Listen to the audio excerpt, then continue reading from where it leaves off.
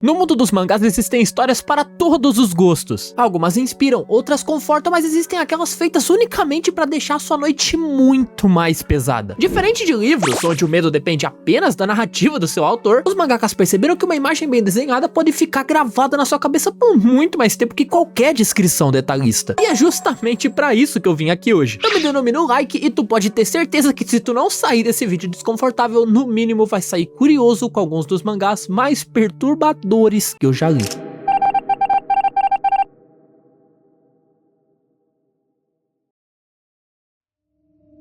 Para começar, falaremos de Koishou Rádio, ou a rádio do estresse pós-traumático, se a gente traduzir literalmente do pé da letra. Esse mangá é bem esquisito, porque ele se recusa a contar uma história normal, parecendo muito mais com uma coletânea de contos aleatórios, até tu perceber que não é nem de perto isso. No interior do Japão, uma garota chora. Ela não quer de jeito nenhum ter o seu cabelo cortado. Isso tudo foi muito do nada. Nenhum de seus amigos tem que fazer algo parecido, mas sua avó mesmo assim insiste em cortar, pois nas suas palavras, sua vovó já passou por isso antes. O que a gente tem aqui é uma história simples e enigmática que prepara o clima para o seu próximo capítulo, onde partiremos de um conto completamente diferente, se liga. Com o título de 64.98 Hz, dois homens estão no topo de um prédio conversando. O mais velho comenta sobre seu medo de altura, mas o outro não presta muita atenção. Entretanto, havia uma sensação estranha, como se alguma coisa lá embaixo estivesse chamando por ele. Não era medo e muito menos aquela vertigem que tu naturalmente sente. E após tanta insistência no assunto, o mais jovem resolve observar o que tinha lá embaixo. Vários braços tentavam a todo custo alcançá-los. E talvez dessa forma mais pessoas poderiam fazer parte dele, entre aspas. Mas é agora no terceiro capítulo que as coisas mudam de figura, tá? Aqui temos uma jovem dentro de um trem. Aparentemente ela tá fazendo uma viagem, até que um arrepio na espinha a faz olhar pro seu próprio reflexo na janela. Só que uma coisa tava estranha. O seu reflexo era uma versão de si mesma sem nenhum fio de cabelo. A mulher obviamente fica confusa, até que o seu cabelo é puxado pelas frestas de sua cadeira. Só que ninguém poderia puxar o seu cabelo daquela maneira, naquela posição e daquela forma. Enquanto isso, o seu reflexo observava diretamente, com uma feição que eu não consigo conceber em palavras. E é aí que a gente finalmente entende o que tá acontecendo aqui. Com a senhorinha dizendo, sua vovó já passou por isso antes, a gente faz a conexão. Então, essa mulher era a avó da garotinha do primeiro capítulo, que no futuro, né, infelizmente vai ter os seus cabelos cortados para que o mesmo não aconteça com ela. E esse que pra mim é o charme dessa obra, sabe? A história, ela é contada em fragmentinhos e conforme tu lê que vai pegando as referências deixadas nos capítulos anteriores. Mas eu preciso dar uma má notícia pra ti que ficou interessado nesse mangá, velho. Koishou Rádio hoje em dia tá em hiato por um motivo bem fora do padrão, pra dizer o mínimo. Enquanto o mangaka Masaki Nakayama escrevia sua história, ele começou a sofrer com situações estranhas no seu cotidiano. Por exemplo, uma caneta que era deixada na mesa do escritório aparecia na sala. Uns livros começavam a cair pela casa do nada e por aí vai. E isso fez com que em 2018 ele parasse a sua obra, já que essa paranoia fez o mangaka acreditar que ele tava amaldiçoado. E assim, eu particularmente não acredito nisso, tá? Fazer o quê, rapaziada? Eu sou cético. Mas toma muito cuidado quando estiver lendo de madrugada, tá?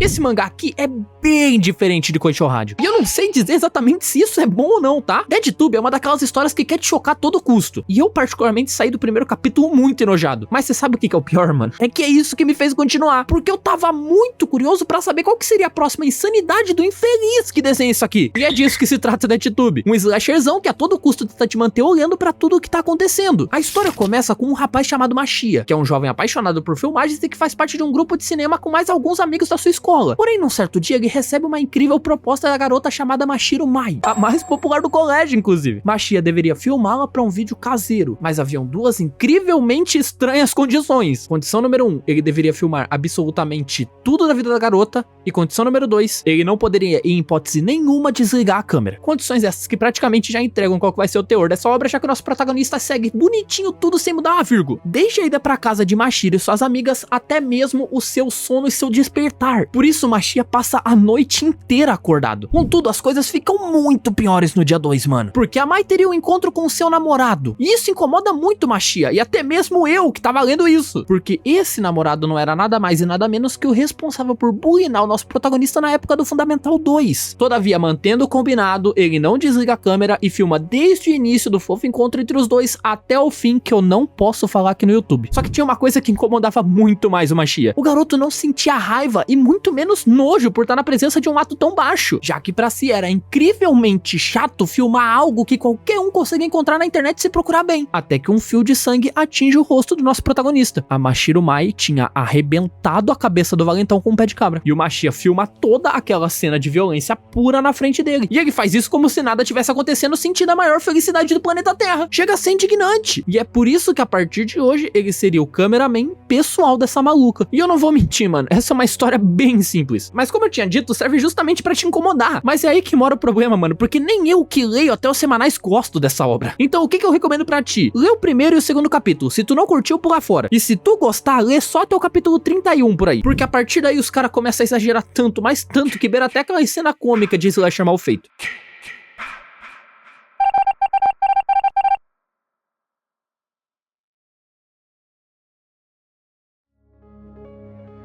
Até agora eu te falei obras que, mesmo sendo vertentes diferentes do terror, ainda tem o mesmo objetivo, que é te impactar rapidamente pra te passar sentimentos negativos. Mas a Yena Hero é completamente diferente, porque aqui a gente vê um apocalipse zumbi pelos olhos do cara mais fracassado possível. Aqui acompanhamos Hideo Suzuki, um homem de 35 anos que tem uma vida bem comum. Trabalhando como auxiliar de mangaka, ele vive imaginando conversas, criando cenários na sua cabeça e fugindo da realidade em geral. Por isso que o começo dessa obra é extremamente lento, velho. Contudo, é aqui que essa obra briga, porque aqui mesmo sem querer, a gente como leitor se sente um pouco desconfortável por estar vendo um protagonista preso numa vida que nem o cara gosta. Ele trabalha normalmente, tem algumas interações bem legais e fofinhas com essa namorada, mas no fim é só isso. O autor quer nos mostrar que o protagonista tá longe de ser um herói, já que o Hideo tem uma vida meio, mano, miserável, sabe? A sua autoestima é baixa e a sua frustração profissional é muito clara, mas mesmo assim ele vai tocando a vida, porque o Hideo tem algo que ele almeja, se tornar um mangaka de uma história de sua autoria, mas o seu cotidiano tava fadado ao fim, quando uma doença misteriosa começa a se espalhar pelo Japão, o que causa uma epidemia assustadora, trazendo sintomas esquisitos pros moradores, e as pessoas que são infectadas por esse patógeno começam a falar coisas sem sentido, agirem de maneira repetitiva e ficam muito agressivos, recebendo assim o nome de ZQN, que são basicamente os zumbis desse mundo, velho. E por que eles são tão assustadores? Porque mesmo após a transformação, os infectados continuam com fragmentos de sua personalidade, fazendo com que na essência os infectados ainda sejam eles mesmos, o que gera certos pensamentos pra mim, tipo, será que ainda tem um humano lá dentro? E isso tudo ao mesmo tempo que evolui tal qual uma plaga do Resident Evil 4, por exemplo. E é por isso que pra mim falta adjetivo pra falar bem dessa obra, velho. O terror psicológico, o drama humano de um cara que não confia nem um pouco em si e o desenvolvimento dos personagens é muito bom, o que diferencia, né, essa história de um clássico The Walking Dead da vida. Tu vai se sentir muitas vezes sufocado, não minto. Eu mesmo me senti algumas horas tão tenso que tava difícil de respirar, porque enquanto eu lia, eu me sentia muito preso naquele mundo, imerso mesmo. E você sabe muito bem como é difícil pra alguém fazer uma história assim.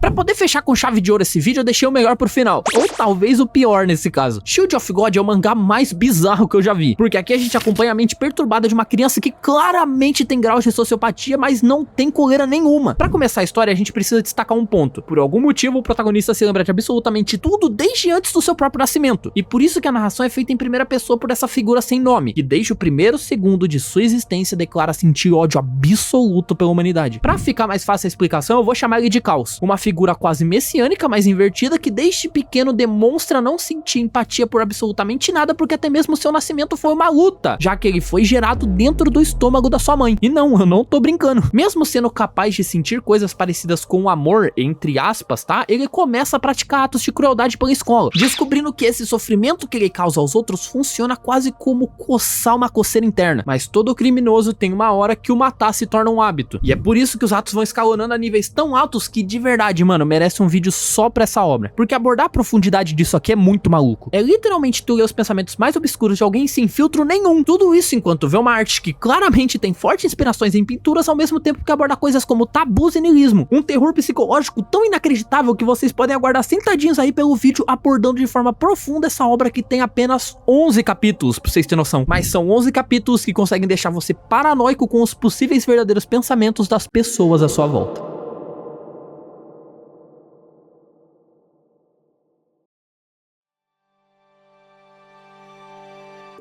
E esses foram alguns dos mangás mais perturbadores que eu já li. Fico muito feliz por você ter chegado até o final desse vídeo. Essas são apenas 4 obras esquisitas, mas eu já vi tanta coisa por aí que facilmente dá pra fazer uma parte 2, caso vocês gostem e queiram mais vídeos assim. Então eu peço que deixa o like, por favor, e se inscreva nesse canal, porque como youtuber é meu papel pedir isso pra ti, e eu espero poder te ver aqui mais vezes. Então tenha uma boa noite de sono e até a próxima.